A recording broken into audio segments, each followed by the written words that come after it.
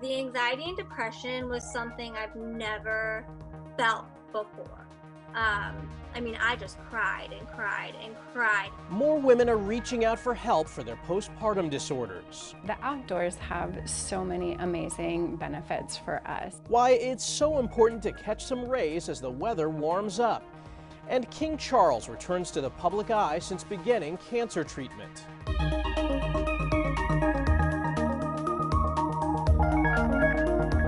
Welcome to Eye on Health, where we focus on stories that affect your physical and mental well-being. I'm Michael George. We begin with new guidelines for breast cancer screenings. Regular mammograms are now being recommended to start younger at age 40, and women up to 74 should get screened every other year. Previously, the U.S. Preventive Services Task Force recommended that women get the exams every 2 years, starting at age 50. The latest science shows that more women in their 40s have been getting breast cancer. Dr. John Wong is the task force's vice chair. Some experts say these guidelines don't go far enough and that women 40 and over should be screened every year. But Dr. Wong says more research is needed first. We base our recommendation strictly on the evidence, the science about the benefits versus the harms.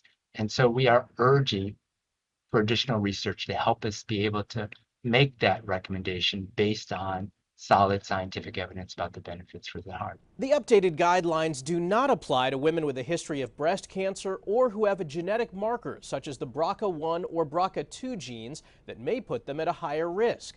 Those patients should consult with their doctors. Breast cancer is the second most common cancer among American women after skin cancer. Earlier screenings are meant to address the rise in breast cancer among women in their 40s and the higher death rate from breast cancer among black women. It's estimated the new approach will save about 20% more lives. Federal officials are closely monitoring the food and milk supply for bird flu and say there's no need for the public to worry. The Department of Agriculture is testing ground beef in states where dairy cows tested positive for H5N1, the strain of avian influenza. At the same time, the FDA says there was no live virus in nearly 300 samples of dairy products taken straight from grocery stores, including milk, cottage cheese, and sour cream. Pasteurization kills off the virus, and health officials say people should not drink raw milk. May is Mental Health Awareness Month, and the first was Maternal Mental Health Day. It's a day to raise awareness about an issue that affects more than a quarter of women during and after pregnancy. But there are signs more women are getting the diagnosis and treatment they need. Bradley Blackburn explains. She weighed 3 pounds, 12 ounces when she was born. She was tiny, tiny. When Madison Ellis's daughter Sutton was born premature last year, her baby's health was at risk, and Ellis found she was struggling too. The anxiety and depression was something I've never felt before. I just cried and cried and cried. The former preschool teacher says the stress kept her from bonding in those early days. I didn't want to be near her. I didn't want really anything to do with her. I almost checked myself into the hospital because I didn't know what to do. I couldn't handle it. A new study shows diagnoses of postpartum mood and anxiety disorders have nearly doubled in the last decade, and use of psychotherapy has increased 150%. Dr. Kara Zivin with the University of Michigan is an author. It's a mixed message from this research. On one hand, one could look at it and say, wow, people are getting sicker. There's so many more people with these disorders than there used to be.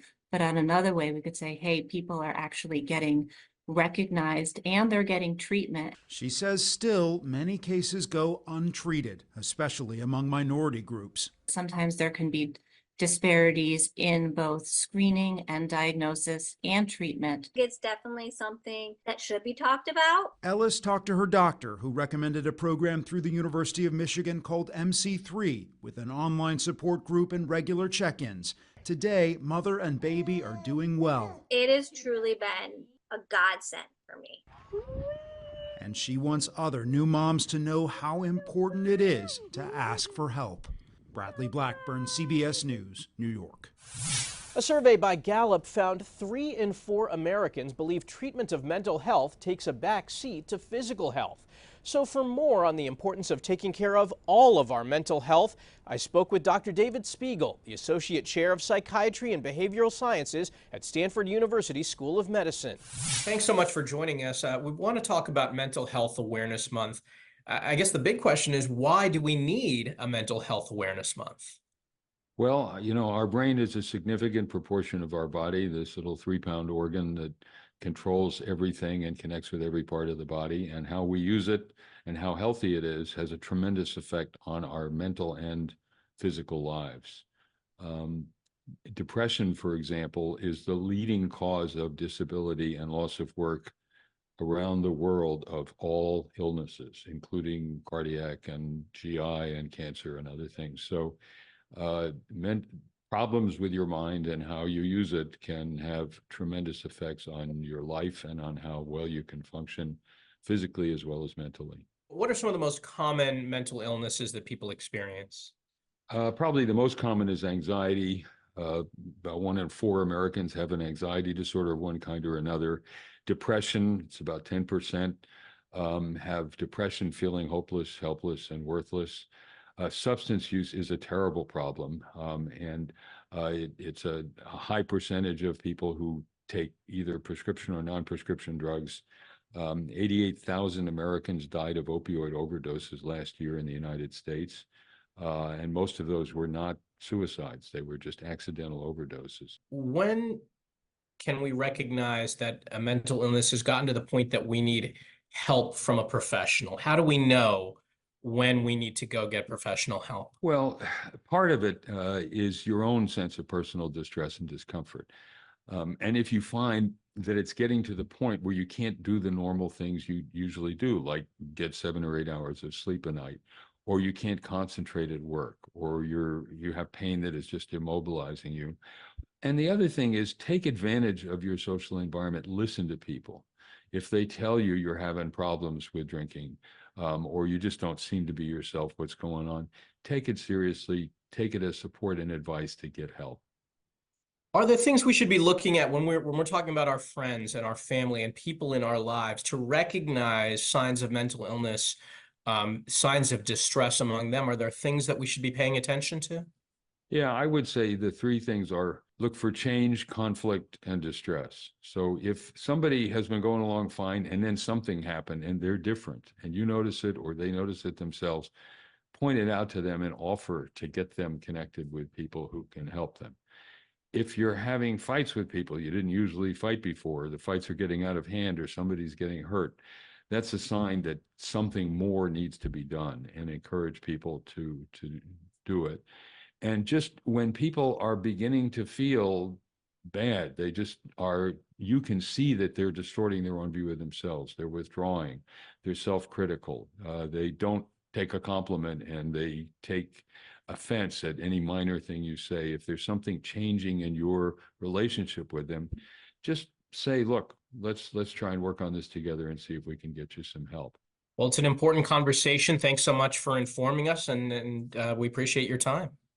You're most welcome, Michael. Thank you for spreading the word about this. Florida and Arizona are the latest 2 states to take action on abortion rights. Skylar Henry has details from Washington on this hot-button health issue that's a central part of the presidential race. The Arizona legislature's vote to repeal a law dating back to 1864 that bans nearly all abortions sparked reaction from all sides of the issue. It's a victory for women. A medical procedure does not have any business being enveloped in the religiosity of this legislature. It's so important to defend life just because it's really an investment to our future. Life is beautiful, it's sacred. 2 Republicans joined with Democrats in the Arizona Senate in favor of repealing the Civil War-era law. A ban that was passed by 27 men before Arizona was even a state. Democratic Governor Katie Hobbs signed the measure into law, which will put back into place a 2022 statute that bans abortions after 15 weeks. But it won't take effect until 90 days after the legislative session ends. The near total ban is set to kick in on June 27th, meaning that will likely be the temporary law of the land this summer. So I just want to thank the Supreme Court. Presumptive Republican presidential nominee Donald Trump weighed in from a campaign rally in Michigan. The states come out and they decide, which is what everybody wanted for over 50 years, and we got it done. Vice President Kamala Harris campaigned on abortion rights in Florida as the state's ban on abortions after 6 weeks took effect Wednesday. Extremists have proposed and passed laws that criminalize doctors, punish women, laws that threaten doctors and nurses with prison time, even for life, simply for providing reproductive care. Florida's law includes exceptions for rape, incest, fetal abnormalities, and the life of the mother. Skyler Henry, CBS News, Washington. The FDA finalized new regulations that would give more oversight to the $10 billion lab testing industry. The change requires all lab tests to register with the FDA and report any problems or errors. The agency says it will not require approval of tests that don't have alternatives, specifically for certain rare diseases. The industry, which includes private labs, large hospitals, and universities, isn't too keen on this oversight, arguing that it may limit innovation and drive up costs. The alarming jump in measles cases around the world is showing no signs of slowing down. According to preliminary data from the World Health Organization, there were 321,000 measles cases last year, nearly doubling the total from 2022. And there's already been nearly 100,000 cases in the first few months of this year. Health officials say not enough people are being vaccinated to create herd immunity. Very young children that aren't eligible yet are protected because their siblings and parents and grandparents and neighbors are protected. For some remote parts of the world, access to vaccines is the biggest barrier. But a new trial from the London School of Hygiene and Tropical Medicine has shown a vaccine patch is a safe and effective way to protect against measles and is easier to transport than the standard needles. The device is the size of a Band-Aid and uses microneedle technology to deliver the dose. The patch stays on for just a few minutes and can be applied by volunteers rather than a trained medical professional. Coming up, the helmets some NFL players are wearing to avoid concussions and how to stay safe from ticks this year.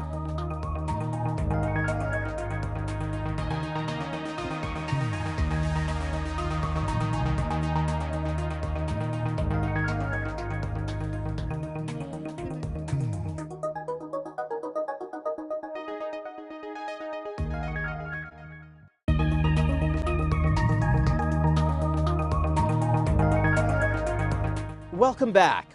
Britain's King Charles resumed his public duties for the first time since he started cancer treatment in February.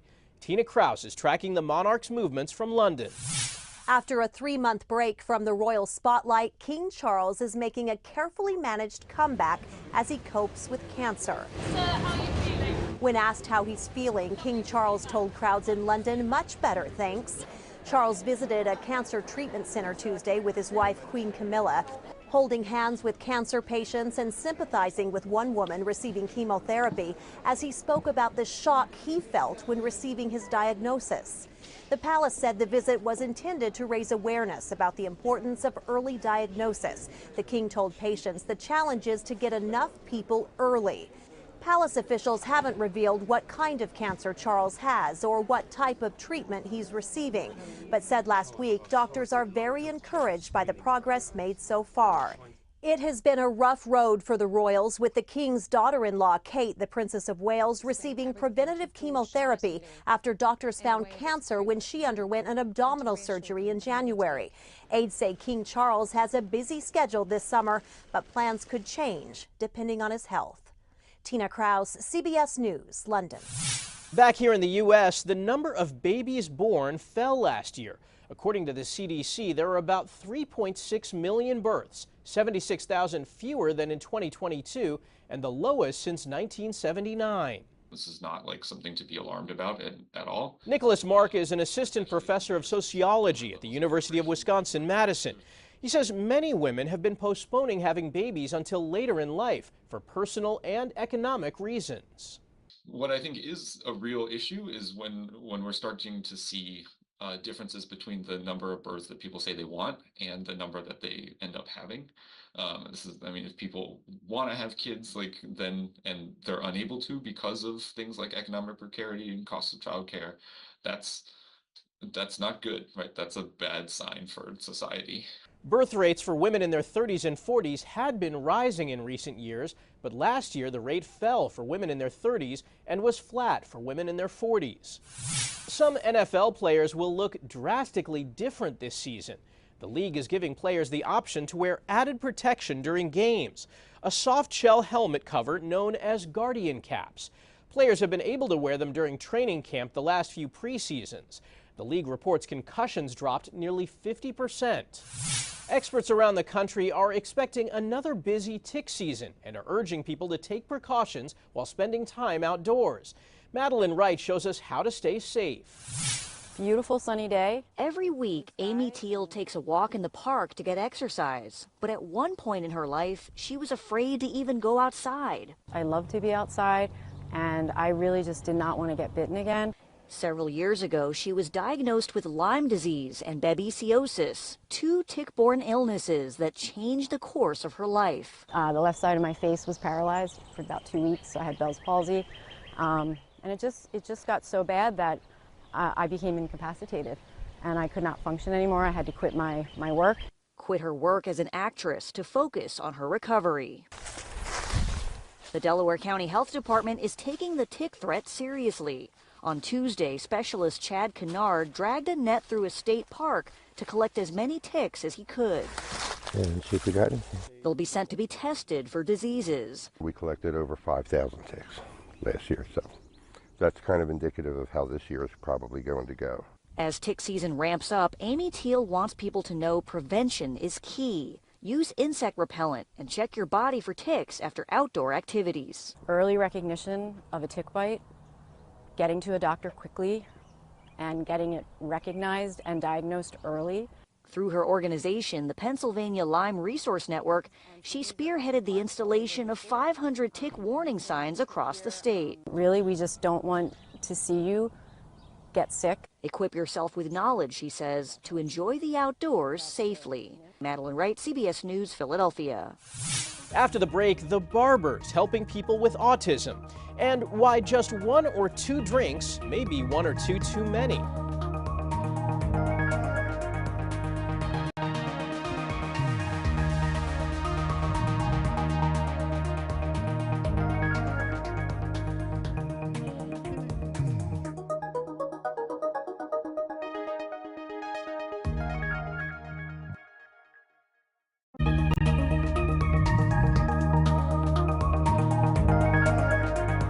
Welcome back. From dry January to sober October, more doctors are recommending cutting back on alcohol for a healthier life. Older studies suggested moderate drinking, 1 to 2 drinks, provided benefits. But new research suggests even low amounts of alcohol can be harmful, raising the risk of cancers and cardiovascular diseases. You know, alcohol is such a big part of society and a big part of how we socialize and do business. So it's really important to have strategies for mitigating risk and minimizing alcohol use. Several European countries and Australia recently lowered their alcohol intake recommendations. And in Ireland, alcoholic beverages will come with a cancer warning beginning in 2026. It's estimated that 1 in 10 older Americans has valvular heart disease, but it's often missed during a routine exam. Now, a new stethoscope using artificial intelligence is helping doctors detect valve problems before they become more serious. Dr. Malika Marshall has more. 74-year-old Greg McLean has no history of heart valve problems, but his doctor is using new technology to make sure.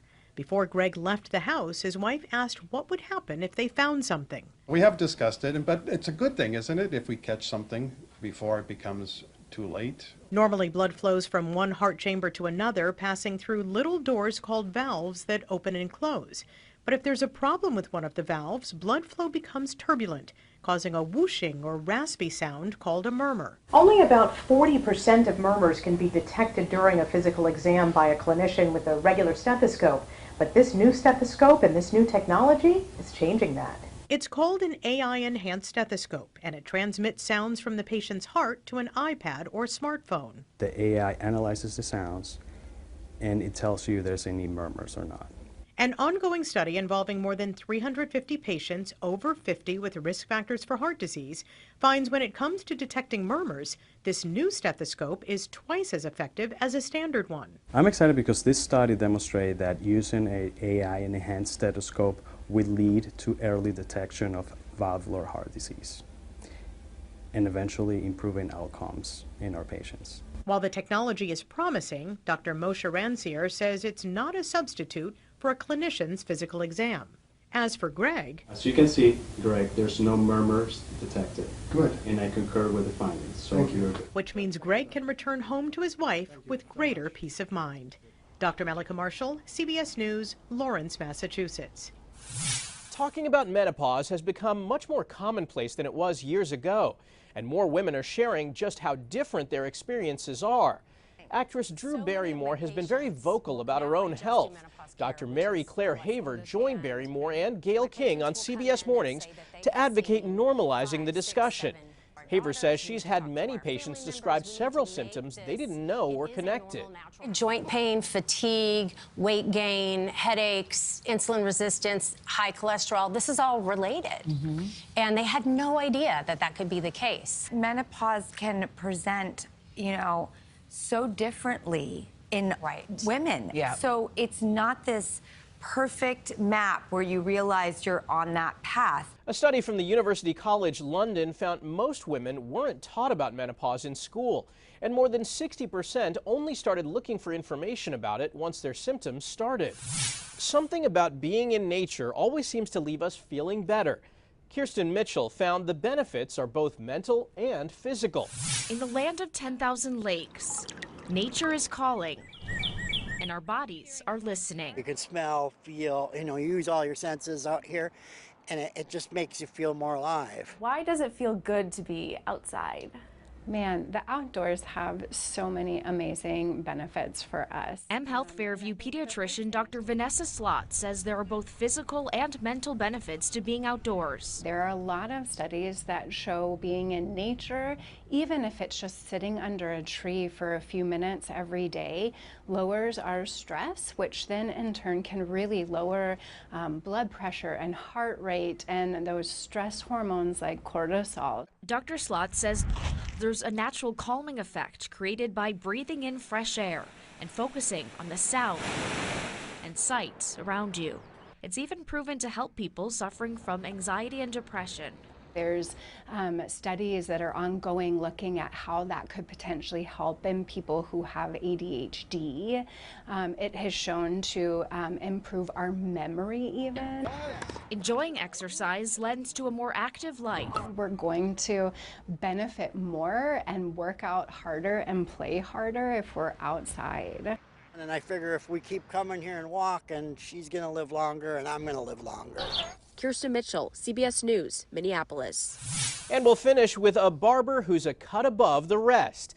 Billy Dinnerstein is the owner of Your Kind of Cuts in Nutley, New Jersey. His barbershop gives haircuts to children and adults with autism, sensory issues, and other developmental disabilities.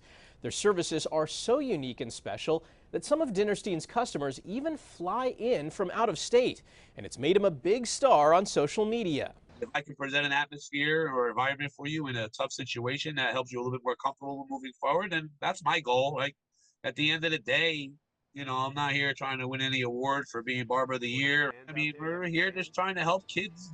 The haircuts at his shop have a special brand of patience and kindness, customized to each customer's individual needs. His barbers are trained to make everyone feel comfortable and to make sure every visit is a positive experience. That's this week's Eye on Health. I'm Michael George. Thanks for joining us and be well.